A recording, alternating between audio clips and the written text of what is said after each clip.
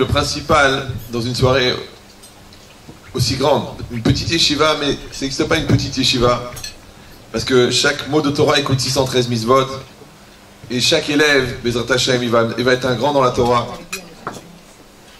Moi aussi, il y a 25 ans, je n'aurais pas imaginé que les amis qu'on était à la yeshiva en train d'étudier à 8 sur une table, un maintenant il serait Dayan, et l'autre il est Shochet, et l'autre il est Sofer, et l'autre il a 10 000 élèves, et l'autre il a ça, et l'autre il a ça, jamais on n'aurait imaginé. Donc ça veut rien dire une petite yeshiva, parce que il faut apprendre à voir à long terme. Un peu comme dans l'immobilier, tu ne veux pas acheter maintenant, tu sais que c'est pour plus tard. Alors tu achètes et tu verras.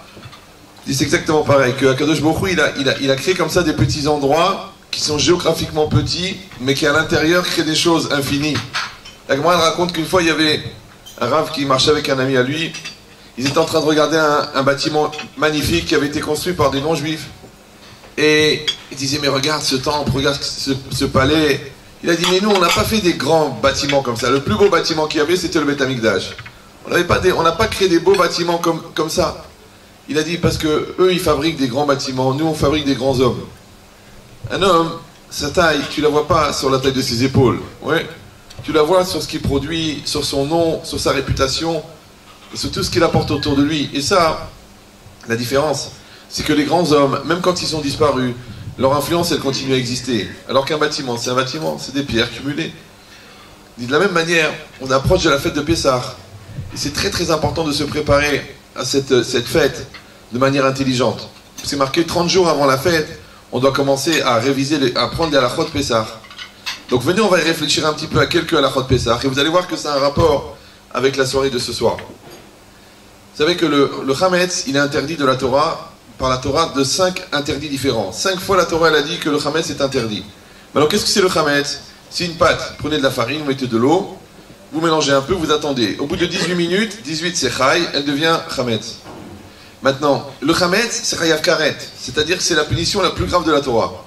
À partir de la 6e heure, le jour, la veille de Nissan, la veille de Bessar, ça devient Chayav Karet. C'est une punition très très grave. Maintenant, quand on parle du cochon, on parle des crustacés, on parle de l'adultère, on parle du viol, on peut comprendre la gravité. On parle du Shabbat, on parle de Yom Kippour, on peut comprendre. Mais comment les bislis, ça peut être tellement grave? Comment un croissant, ça peut être tellement grave? 10 minutes avant, c'est une bracha spéciale à la Mechia Kalkala. 10 minutes après, Hayav Karet. Et Karet, c'est très très grave. Je vous dis, juste pour vous donner un ordre d'idée, à chaque fois que quelqu'un transgresse un Karet, le Balatania, il dit qu'il faut 650 jours de jeûne. Ça veut dire que tu peux arrêter de jeûner. Tu peux arrêter de Watch Butchers, tu es tranquille. Pour au moins 8 ou 9 ans, ouais. Ça veut dire c'est pas possible. C'est la gravité. Et maintenant, quelqu'un, il va manger parce qu'il a mangé un peu de Chametz. Alors venez, on réfléchit maintenant. C'est de la farine. Maintenant, c'est très bizarre. Vous savez que la farine et l'eau ne se ressemblent pas du tout. La farine est extrêmement sèche. Je ne sais pas si vous avez déjà essayé de prendre une cuillère de farine à jeun le matin. Ça s'appelle une crise d'asthme. D'accord, donc c'est impossible, on va s'étouffer. Donc la farine, elle est extrêmement sèche. Mais l'eau, elle est extrêmement humide. Le taux d'humidité de l'eau est très très élevé. Je ne pense pas qu'on l'a trouvé plus humide que l'eau. Ouais. Ça ne ressemble pas du tout. Maintenant, la farine, elle est faite de petites particules séparées. Et l'eau, elle est faite d'un seul ensemble. On ne peut pas couper l'eau. Ouais, c'est un seul ensemble. La farine, elle est éparpillée, mais l'eau, elle fait le lien. Vous mettez de l'eau dans le ciment, ça fait du béton. Vous mettez de l'eau dans la farine, ça fait de la pâte. Donc l'eau, c'est le liant. Et la farine, c'est séparé. Vous soufflez dessus, elle s'éparpille. Maintenant, la farine, vous la mettez dans un sac. Oui, vous pouvez taper, vous pouvez casser un mur. L'eau, elle s'évapore, elle disparaît. Elle part. La farine, elle reste. Maintenant, bizarrement, les Chachamim, ils ont dit que l'homme ressemble à la farine, oui, et la femme ressemble à l'eau. L'homme ressemble à la farine parce que c'est lui qui détient le blé. Déjà, c'est évident, d'accord. D'un autre côté, la femme, elle ressemble à l'eau. Pourquoi? Parce que la femme, elle comme l'eau, elle prend la forme de la bouteille, la forme de la jupe, oui, elle s'adapte. Et c'est elle qui craint le lion. Elle te dit, appelle ta mère, je t'en prie, invite-les pour Shabbat. Mais je sais qu'elle t'insulte, mais c'est pas grave. Rien qu'elle vient, c'est pour le shalom. Oui, et le mari, tu l'as vexé une fois, c'est fini, je n'irai plus. Qui crève tous, toute cette famille pourrie, ouais. L'homme, il est sec, l'homme, ouais, il a du mal à exprimer les sentiments. La femme, elle est humide. En 3 mots, elle se met à pleurer. La Gemara, elle dit, oui, le pleur de la femme, il vient facilement. Donc l'homme et la femme ne se ressemblent pas du tout. Et pourtant, quand tu mélanges l'eau et la farine, qu'est-ce que ça donne? La pâte. Donc bien qu'ils sont extrêmement différents, l'homme et la femme, mais quand on les mélange, ça fait une pâte. Ça va? Maintenant, cette pâte-là, attention, cette pâte, ouais, il faut la faire cuire. Sinon, elle devient chametz. Au bout de combien de temps? 18 minutes. Maintenant, si je réfléchis, je regarde une pâte, je dis, mais qui c'est qui l'a touché? Personne. Comment il est venu le chametz tout seul? Donc c'est quoi le chametz? Alors au niveau chimique, le chametz, c'est la dégénérescence des enzymes qui sont contenues dans la farine.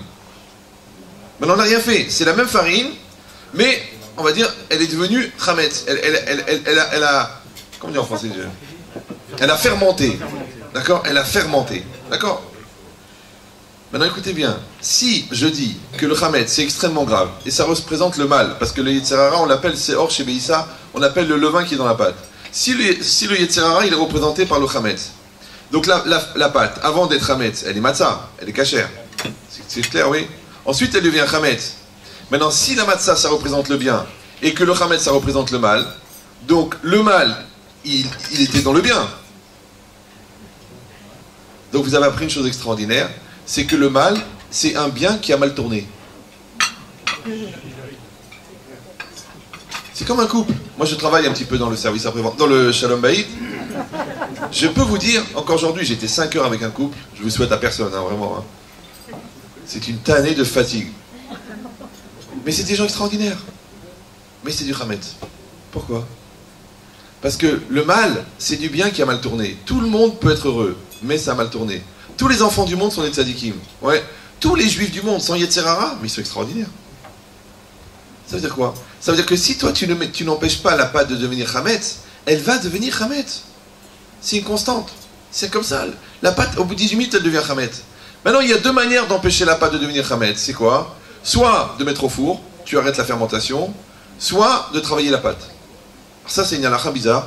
Tant que vous pétrissez, elle ne devient pas chametz. Vous pouvez pétrir 1 heure, 2 heures. Au bout de 18 minutes, si vous faites rien, elle devient chametz. Mais si vous pétrissez, 1 heure, 2 heures, 3 mois, elle devient pas chametz. À part, il dit le Mishnah Berurah, le problème d'échauffement des mains, qui peut provoquer une fermentation.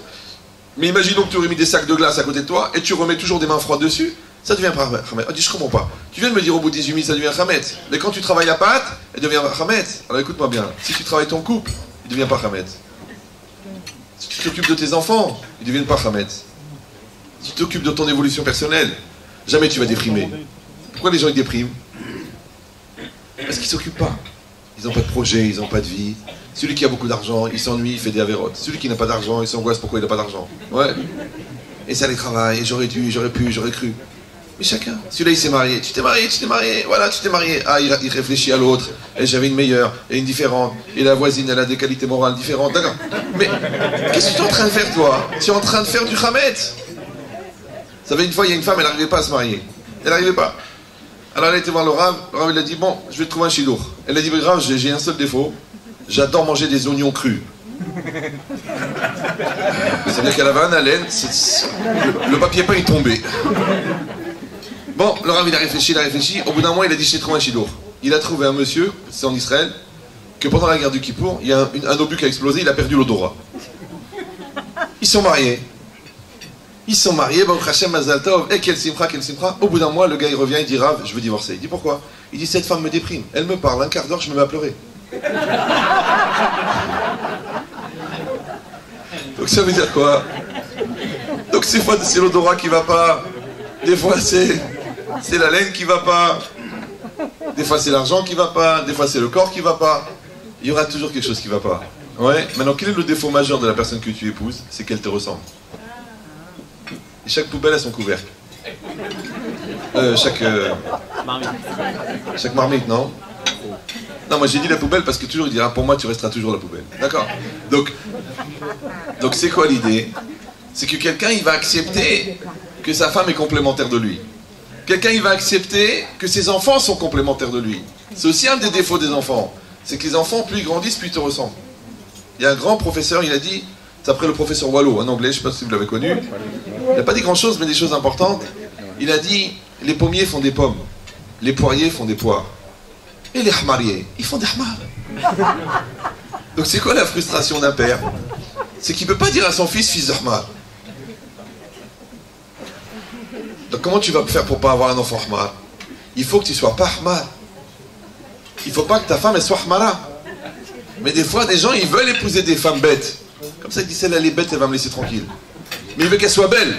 Donc elle est belle et bête. Elle peut jouer les deux rôles dans le film. Ouais, d'accord, les deux. Hamara Yafa. C'est pas possible. Et c'est quoi l'idée? C'est que la farine, elle est là, et l'eau, elle est là. Des fois, la farine, elle est là, et l'eau, elle est là. Mais qu'est-ce que tu vas faire? Tu vas faire une matzah. C'est quoi une matzah? C'est la rencontre entre deux choses qui ne se ressemblent pas, mais quand on les mélange, ça donne quelque chose de bon.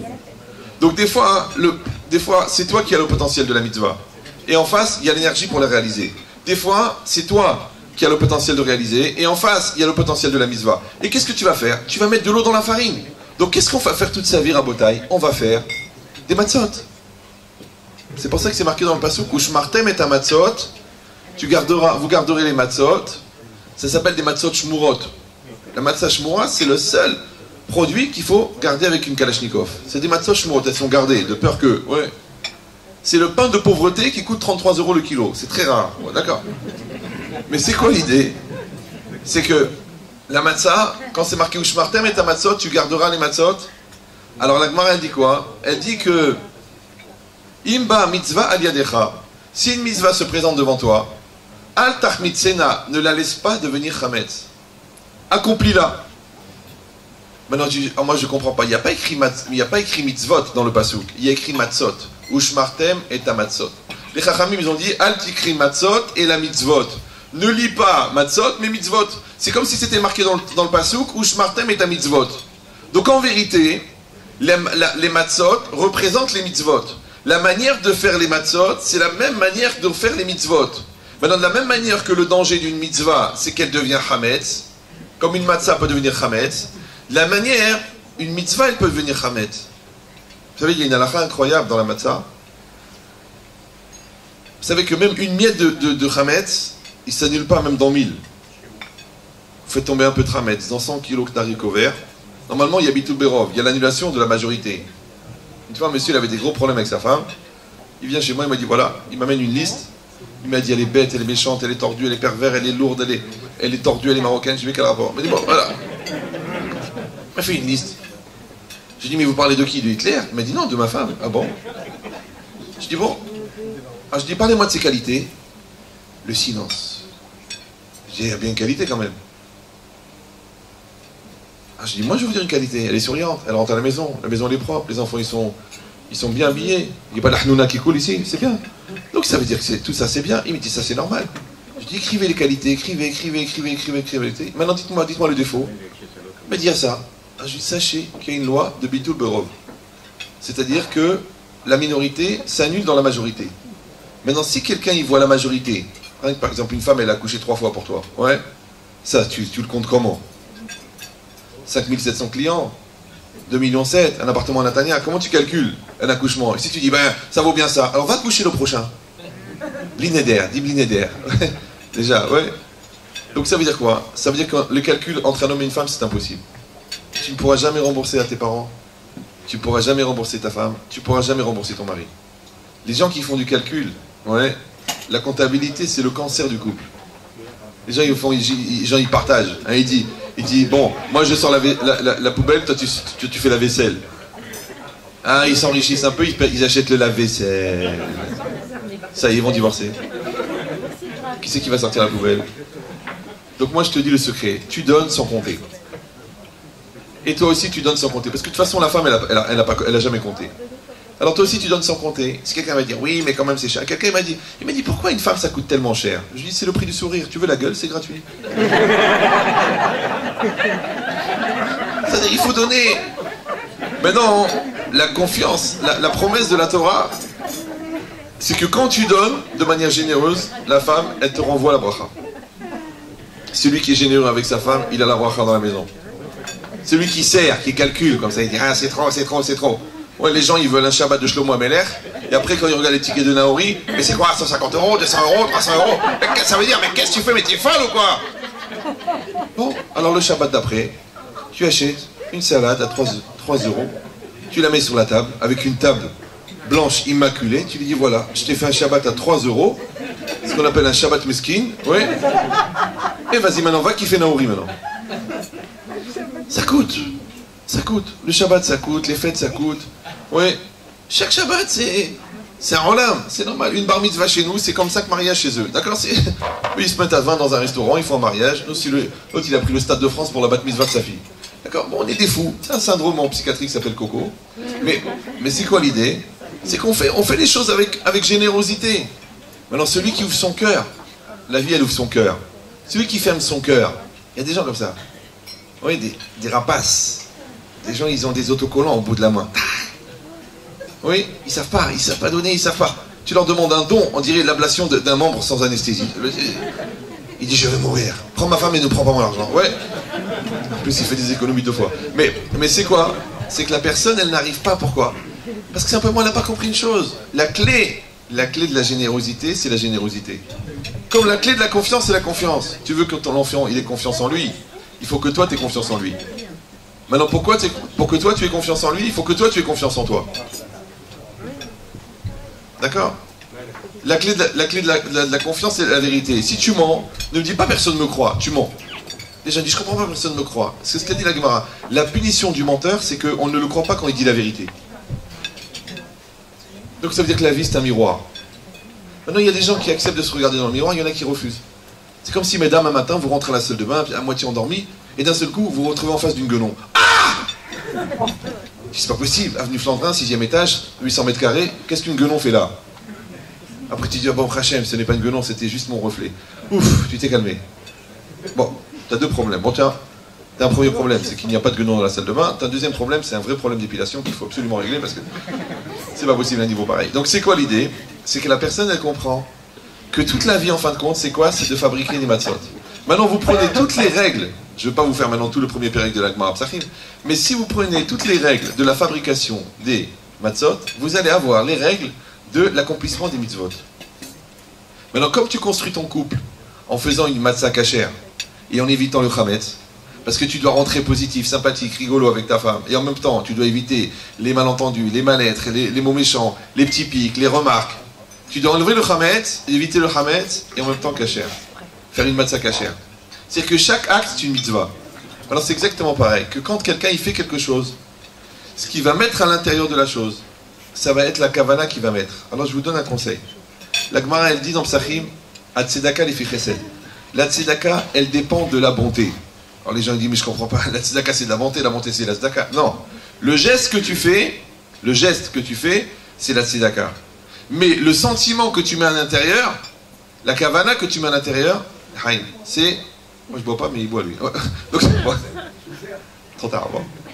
Si je bois avec l'autre bouche, les gens ils vont se vexer. D'accord. Donc je dis, si la kavana, la volonté que je mets, l'intention que je mets à l'intérieur, c'est ça que l'autre va recevoir. Ouais, c'est comme si toi tu prends un beau cadeau, tu mets 3 heures pour le choisir pour ta femme. Ouais, ou tu lui dis, écoute, non, je te fais un meilleur cadeau, mais c'est la secrétaire qui l'a choisi. Il manque quoi? Il manque la kavana. Et en France, on a un spécialiste, Jean-Marie, spécialiste de la kavana. Ouais, d'accord. Pourquoi? Parce que d'être capable d'imprégner ce que je fais avec la bonne kavana, c'est pas facile. C'est même une femme, quand elle fait un gâteau, il faut qu'elle réfléchisse. Vous savez, tu prends la même recette, les mêmes ingrédients, le même chocolat, le même four, le même sucre, tu donnes à 2 femmes, tu fais 2 gâteaux. La même recette, il y en a un, tu le manges, il passe très bien. Le deuxième, tu le manges, il fait des brûlures. C'est pas possible, c'est la même margarine, c'est le même sucre, c'est le même. Pourquoi? Parce que la deuxième, elle a triché, elle a rajouté un ingrédient qui n'est pas dans la recette, elle a rajouté la rumma. Elle a fait avec la rumma. Ouais, 254 jours, tu lui as dit, fais-moi le gâteau de ma mère, fais-moi le gâteau de ma mère. Alors quand elle a pétri le gâteau, elle pense à ta mère. Ta mère, le gâteau de ta mère. Et tout ça avec ce gâteau de ta mère, toi et ta mère. C'est pas évident, hein. Ils disent que la belle-mère amène l'amertume dans le couple. D'ailleurs, c'est ta mère. C'est ta mère. Il y en a que même le soir de Pessah, ils n'achètent pas le maror. Parce que comme il y a la belle-mère en face, et qu'elle est tunisienne, c'est l'amertume. Ils ont l'amertume devant eux. Ouais. J'exagère, la réalité est beaucoup plus grave. Mais qu'est-ce qui est marqué ici? Ici, c'est marqué une chose incroyable. Vous pouvez manger, ça ne me dérange pas. Ici, c'est marqué une chose extraordinaire. C'est marqué que ce que j'ai mis dans la chose, c'est le cœur que j'ai mis dans la chose. Qu'est-ce que j'ai mis? Oui, maintenant quand toi tu fais un plat avec une bonne kavana, c'est différent. Moi, pendant des années, j'ai cru que ma mère était une sorcière. Je dis la vérité. Ouais, mais une sorcière... Bien aimé. Vous avez vu le conditionnement, c'est extraordinaire. Pourquoi? Parce qu'à chaque fois, elle prenait la viande, elle prenait les épices. Un jour, je lui ai dit, maman, tu es en train de faire des incantations maléfiques. Elle m'a dit, non, mon fils, je prie pour vous. Je prie pour que vous soyez bien, je prie qu'on passe un bon Shabbat, je prie pour la parnassa de papa, je prie qu'il y ait le shalom à la maison, je prie que vous trouvez un bon zivouk. Toute la journée en train de prier. Même quand elle cherche chez le balai, Yarabbi, Yarabbi, où est le balai? Et moi, je lui disais, maman, tu déranges le bon Dieu pour un balai? C'est comme ça. Donc ça veut dire quoi? C'est-à-dire que la personne, elle met une kavana dans ce qu'elle fait. Moi, elle m'a fait faire des choses. Elle faisait un couscous. Elle fait un couscous qui est extraordinaire. C'est pas parce que c'est le couscous de ma mère. Il est spécial. Il est spécial. Les anges, ils viennent pour le goûter. Ouais. Alors, quand on est rentré dans la nouvelle maison, elle m'a dit, Yahya, viens ici. Elle a préparé un beau couscous. Elle a fait les assiettes. Je ne sais pas si vous avez connu ça. Une assiette sur l'autre, avec les torchons. Oui, non? Vous êtes trop jeune. Bon, pour garder bien chaud. Elle m'a dit, tu vas chez le voisin, tu amènes l'assiette de couscous. Je dis, maman, je ne vais pas amener l'assiette de couscous. Moi, j'étais jeune. Je dis, maman, je ne vais pas amener l'assiette de couscous. Va! On ne savait pas dire non à l'époque. On était éduqués, oui. Maintenant, moi, j'arrive là-bas avec l'assiette de couscous. Elle m'a dit, c'est bien, mon fils, c'est les voisins, ils sont juifs, amène-leur une assiette de couscous. Moi, je tape la porte. Je tape, l'hôtel ouvre la porte, je vous promets, sur ma vie. Je rentre, il y avait un jambonneau accroché. Bon, j'ai dit, elle a un petit côté artistique. C'est ou du lard ou du cochon, de toute façon. Alors moi, je pose l'assiette. Maman, tu m'as demandé d'amener une assiette de couscous cachère. Eh ben, il y a du cochon accroché dans la cuisine. Elle m'a dit, de quoi tu te mêles, toi? Eh ben, écoutez-moi bien. Cette famille-là, ils ont fait tchouva. Ils sont bien faire Shabbat, ils sont bien manger cachère. Un des enfants, il est parti à l'Yeshiva. Tu sais pas ce qu'il peut faire une assiette de couscous qui est donnée les Shem Shamaïm. Une assiette de couscous. Vous comprenez ce que ça veut dire ou non? Ça veut dire que c'est toi qui décides qu'est-ce que tu mets. Vous, c'est exactement pareil, vous. Vous allez fabriquer des matzot ce soir. Parce que vous allez donner des matzot, des mitzvot, pour que le Rav il puisse étudier la Torah. Et le plus important, c'est ça. C'est que le Rav il puisse étudier, enseigner la Torah. Parce qu'Akadosh Baruch Hu, il a créé comme ça une espèce de, entre guillemets, il a créé une espèce de Chilul Hashem, ouais, que les gens des yeshivot, ils ont besoin de demander de l'argent. Et si quelqu'un va dire, ah bah écoutez, eh ben, ils sont bien contents de nous trouver. Imaginez maintenant, le bon Dieu, il s'est débrouillé. Que les yeshivot, elles ont l'argent et que vous êtes de l'autre côté. Alors comment on va faire? Comment tu vas justifier? Combien t'as pris cette année? 600 000. Ah bon, bon Dieu, qu'est-ce que t'as fait avec? J'ai acheté une 8e maison. Ah bon? Tu crois que j'ai créé le monde pour que tu achètes des maisons? J'ai trompé ma femme, mais dans un train de vie extraordinaire. Ah bon? Toi, tu n'auras pas besoin de Guinam, tu vas brûler ici. Ouais. Ça veut dire quoi? Ça veut dire que Baruch Hashem, Akadosh Baruch Hu, il a créé des Aniim et des Hashirim. C'est quoi les Aniim? C'est ce qui peut justifier l'argent des Hashirim. Les pauvres sont là pour justifier pourquoi les riches ils ont. Maintenant, Akadosh Baruch Hu, il n'a pas créé que des riches d'argent, des pauvres d'argent. Des fois, il y a des gens qui sont riches d'intelligence. Alors Hachem leur envoie des pauvres d'intelligence, les gens qui ont des questions. Et Dieu il permet que celui qui est intelligent, il répond à celui qui n'a pas la réponse. Et c'est bien. Des fois, il y a des gens, ils ont une simcha, ils ont la joie de vivre. Il y en a, ils ont l'arma. Hachem, il fait qu'ils se rencontrent. Des fois, des gens, ils sont des grands coléreux. Il y a des coléreux comme ça, ouais. Vous n'avez pas remarqué les coléreux, toujours ils cherchent les calmes. Il faut que je te parle, je vais la tuer. Alors il vient, il commence, ah, ce qu'elle m'a fait. Après, il fait au bout d'une demi-heure, il se calme. Il te dit, ah, le coléreux, il dit, ah, ça m'a fait du bien de te parler. Alors, le calme, il dit, bon, je peux pas dire la même chose. Ouais, bon. Parce qu'il faut se le taper, le coléreux. Donc Hachem, qu'est-ce qu'il a fait? Il a fait que celui qui a besoin, il rencontre celui qui a. Ben, c'est exactement pareil. La femme, elle a énormément besoin. Vous savez que la femme est une accro-dépendante, c'est une droguée. Vous savez ou non? La femme. Non? Vous n'êtes pas au courant? La femme a perpétuellement besoin d'être rassurée sur les sentiments de son mari depuis sa roupa jusqu'à sa mort. Elle veut que tu lui dises, que tu lui écrives, que tu lui tagues, que tu le tatoues, que tu le mets sur les murs, que tu le prouves. Toute la journée, montre-moi que tu m'aimes, dis-moi que tu m'aimes, montre-moi. D'ailleurs, les 3/4 des gens qui font adultère, c'est seulement pour aller chercher la tendresse qu'ils n'ont pas à la maison. Les 3/4, ouais.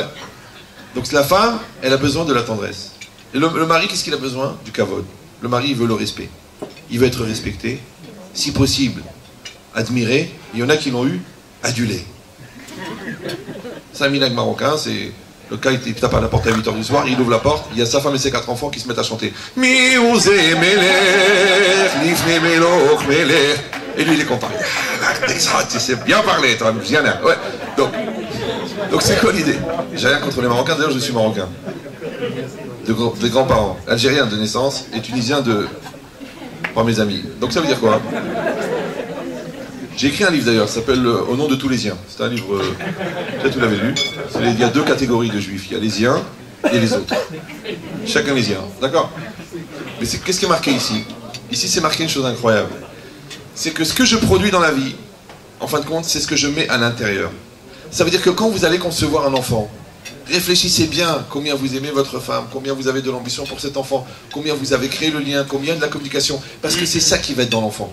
Maintenant, si vous mettez des nerfs, si vous mettez de la bestialité, si vous mettez de l'animalité, si vous mettez de la pornographie que vous avez vue dans un film un quart d'heure avant, ça que chez cet enfant, ça serait un animal. À deux pattes. Ouais, c'est exactement pareil. Vous faites à manger, vous invitez des gens, invitez-les de bon cœur, sinon ne les invitez pas. Tu vas aller rendre service à quelqu'un dimanche pour déménager, vas-y de bon cœur. Sinon n'y va pas, tu vas te casser un bras. Et des gens ils viennent, oh, c'est pas évident, moi je suis venu quand même, oh ça pèse lourd, oh je vais me faire mal, à tous les coups je vais avoir mal. Il va se casser un bras.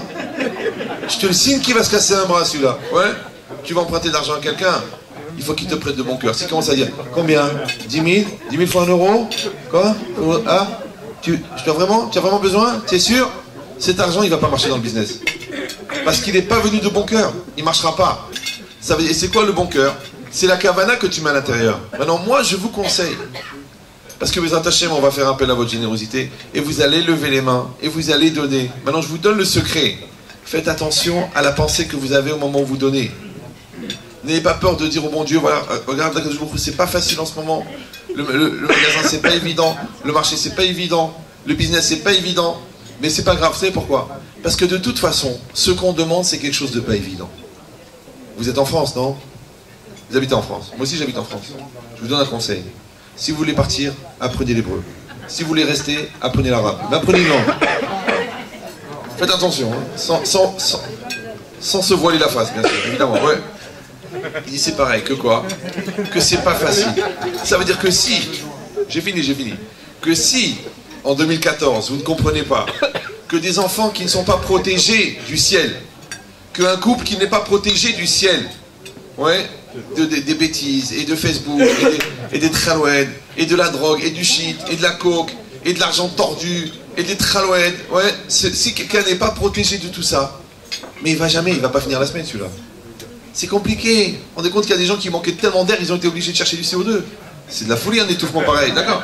Donc c'est quoi l'idée? Ça veut dire que c'est très très difficile de rester cachère. C'est très difficile de rester propre. C'est très difficile d'avoir une maison juive. C'est très difficile d'avoir des enfants qui sont dans le bon chemin. C'est très difficile de ne pas divorcer dans l'année. C'est très difficile de ne pas tromper sa femme. C'est très difficile. Aujourd'hui, c'est la facilité. Moi, les gens, ils m'appellent, ils me disent, ah ben Chétri, j'étais dans un club juif à Eilat. Oui, c'était pas un club juif, c'était un club évangéliste. Le mari, après la moitié, il est rentré. La femme, elle est partie avec celui-là. Le femme de celui-là avec celui-là. La femme de celui-là avec le mari avec celui-là. Et par étage. Ça, c'est juif. Imagine maintenant s'ils avaient été à Ibiza ou là. Ouais. Donc ça veut dire quoi, Rabotai? Ça veut dire qu'aujourd'hui, la Kedusha, c'est quelque chose de très difficile à obtenir et à garder. Alors maintenant, je vous donne un conseil. Vous allez acheter des actions. On verra les cas personnels après, si vous voulez. Ouais, mais vous voulez acheter des actions. D'accord? Alors faites attention à quel type d'actions vous allez acheter, parce que là, qu'est-ce que vous faites? Vous prenez, Baruch Hashem, des actions pures. C'est une yeshiva. La yeshiva, c'est le niveau le plus haut. Pour étudier la Torah, le niveau le plus haut. Vous savez que moi, je donne des conférences depuis 26 ans. C'est pas de ce matin. J'ai donné des milliers de conférences. 200 par an. Ouais, plus de 250 000 km par an. C'est beaucoup. D'accord? Plus de 30 000 personnes. C'est énorme. Et bien, je peux vous dire que quand je fais un cours, il y a 400 personnes qui viennent pour écouter. Et quand je dis aux gens, demain matin, je fais cours de Gemara, il y en a 10 qui viennent. Ça veut dire que c'est très facile d'attraper les gens pour la pensée juive. Surtout si vous rajoutez un petit peu de quoi détrôner Gad Elmaleh. Mais bon, ouais. Mais si vous voulez faire la Gemara, c'est très difficile. Ouais. Donc quand quelqu'un il fait une yeshiva et qui réussit à amener des élèves, et que ces élèves-là, en 2014, comme il vous a dit à demi-mot, avec toutes les tentations, avec toutes les bêtises, avec toute la facilité, vous savez, nous à l'époque, on voulait draguer une fille, bonjour, vous habitez chez vos parents. Aujourd'hui, 2 textos, tu couches. 2 textos. Moi, je parle avec des filles, avec des garçons. Ah, mais Rabben Chétri, on savait pas que c'était interdit. Ils voient même pas le problème. Il m'a dit, Rav, j'ai pas trompé ma femme. Il m'a dit, je l'ai pas trompé, je l'aime, c'était juste sexuel. C'est-à-dire c'est juste sexuel, juste. Il dit, j'avais aucun sentiment. Je dis, alors, je vais dire à ta femme qu'elle aussi, elle a s'amuser juste sexuel. Et il me dit, Chazvé Shalom. Je dis, alors. C'est-à-dire que les gens, ils sont fous. Les gens, ils sont fous. Donc si quelqu'un, il n'a pas des valeurs qui soient fortes, si quelqu'un, il n'a pas un couple qui est fort, si quelqu'un, il n'a pas des enfants qui sont éduqués, qui sont forts, je dis, où on va trouver cette kedusha, où on va trouver cette sainteté? Il faut aller chercher du plutonium en fusion. Pas de l'homéopathie, comprenez ou non? Pas de l'homéopathie, du plutonium en fusion. Le plutonium en fusion, c'est l'étude de la yeshiva. Vous prenez des actions dans l'étude de la yeshiva, chaque élève qui va étudier, chaque rav qui va enseigner, vous prenez des valeurs, et après vous dites au bon Dieu, je paye en dollars yeshiva. Je paye en dollars yeshiva. Parce qu'encore une fois, même si vos enfants ils sont dans les écoles, moi je vais dans les écoles juives, je vais dans les facultés, j'enseigne, j'entends des choses, je vois des choses, je dis je tombe par terre. Donc pour avoir des enfants qui soient protégés, pour avoir un couple qui soit protégé, pour avoir une personne, soi-même qu'on ne devient pas cinglé, qu'on ne devient pas fou, oui, il faut avoir des valeurs. Ces valeurs-là, elles doivent être à l'état pur. Dès que vous touchez, vous savez un Sefer Torah, si vous enlevez une lettre, il est plus cachère. Alors si vous mettez une bande dessinée au milieu, il est plus cachère non plus. Donc il faut chercher une Torah qui soit à son origine, comme au Har Sinaï. Et c'est ça l'étude de la yeshiva. C'est pas du folklore, c'est pas de l'ambiance. C'est difficile, c'est fatigant. Je vois les gens qui disent mais qu'est-ce qu'ils font là-bas toute la journée? Essaye de t'asseoir une journée, toi, même une demi-journée. Tu t'assois, une demi-journée. Tu fais la Gemara. Oui, tu fais la Gemara, tu fais Rashi, Tosfot. Après tu fais le Maharsha. Après tu fais les Mefarshim du Maharsha. Après tu commences le Rashba, le Ran. Après tu commences à les comparer avec le Rambam. Après la stira dans le Raphaïm qui explique comment le Rabbi Akiva Eiger lui-même il n'était pas en stira parce qu'il y avait une autre manière de le lire. Et au bout d'une demi-heure, t'as mal à la tête. Tu sais comment ils font 8 heures par jour? Donc reste dans ton magasin, déplace tes jeans, c'est plus facile. Ouais. Donc c'est marqué ici. Que Akadosh Baruch Hu, il a fait ça, il a donné cette occasion. Que quelqu'un qui a besoin, il vous demande à vous, et vous, Bezrat Hashem, vous répondez avec générosité. Et qu'est-ce qu'il voit Akadosh Baruch Hu? Il dit des juifs qui font Messirut Nefesh, qui se sacrifient, parce que c'est pas facile, aujourd'hui l'argent il est difficile à gagner. Ouais. Mais de la même manière, il ne faut pas réfléchir dans le sens que vous êtes en train de donner la yeshiva. Il faut réfléchir dans le sens que vous êtes en train d'investir. C'est ça qu'il faut faire. Moi, des fois, je passe 2 heures avec un drogué. Ma femme, elle me dit, mais t'as perdu ton temps. Je dis, j'ai pas perdu mon temps. Parce que peut-être que ces 2 heures-là, Chazvé Shalom, j'aurais dû les passer avec mon fils, à le convaincre d'arrêter la drogue. J'ai pas besoin de le faire. Parce que comme j'ai pris la Ramma maintenant, je vais pas la payer avec mon fils. Je l'ai payé déjà. Vous voyez, celui-là, il réfléchit à quelle lessive il doit employer. Avant, il employait Ariel, et maintenant, il hésite à employer Homo. Bon, c'est un gars qui veut absolument rentrer à la mairie de Paris. Bon, alors, mais, d'accord, mais... Vous savez qu'à la mairie de Paris, maintenant, ils marient les animaux et les hommes. Vous savez pas ça? D'ailleurs, ils ont renommé la mairie. Maintenant, elle s'appelle l'Arche de la Noé. D'accord. Mais c'est quoi l'idée, oui? Ici, c'est marqué une chose extraordinaire. Ici, c'est marqué que vous avez l'occasion de participer à cette aventure extraordinaire qui dure depuis 3500 ans, que la Torah, elle est transmise. Alors, faites-moi confiance. Faites-le avec générosité. Dépassez ce que vous pouvez penser pouvoir faire. Pourquoi? Parce que sachez que de toute façon, on n'a pas assez de mérite. Et pour que Akadosh Baruch Hu, il sauve nos enfants, il faudra qu'il dépasse nos mérites. Et pour qu'il nous donne des bons zivugim pour nos enfants, il faudra qu'il dépasse nos mérites. Et pour qu'on ait encore le Shalom Bayit avec toutes les tentations, il faudra qu'il dépasse le mérite. Et pour qu'on réussisse à se construire, à rester des juifs normaux, il faudra qu'il dépasse le mérite. Alors parce que nous, on a dépassé le mérite, alors Akadosh Baruch Hu aussi, il dépassera le mérite, pour que chacun d'entre nous, il reçoive exactement, et je me permets personnellement, parce que la Gemara dit que celui qui ramène un juif à la Teshuvah, sa prière est entendue par Hachem. Alors moi, à partir de 5-6 000 personnes, je peux commencer à faire une bracha. Donc je me permets de vous faire une bracha pour toutes les personnes qui vont donner quelque chose, toutes les personnes qui vont apporter, toutes les personnes qui vont lever la main et qui vont soulager le Rav, de lui enlever le souci que lui puisse s'occuper de la Torah et que nous on s'occupe de l'argent, chacun il a son travail à faire. Que Hachem il envoie beaucoup de bracha, beaucoup de nachat, beaucoup de satisfaction de chacun des enfants, un bon zivuk b'sha'at tova muslachat, une longue vie, une bonne santé pour toute la famille, que vous ayez la joie de voir vos enfants grandir dans la Torah, dans l'équilibre, dans le bien-être, qu'il n'y a pas des mauvaises surprises avec les écoles, avec les vitamines illégales, avec l'autre qui est enceinte qui débarque, toutes ces horreurs-là, qui existent malheureusement dans la communauté. Simplement pourquoi? Parce que dans une petite soirée comme ça, où la Kedusha elle est très très forte, même si l'endroit il est petit, mais la sainteté elle est forte, vous avez réussi à dépasser vos peurs, dépasser vos limites pour faire quelque chose de grand. Et quand vous avez fait quelque chose de grand, Akadosh Baruch Hu, Bezrat Hashem, à vous aussi, il vous donnera quelque chose de grand. Amen.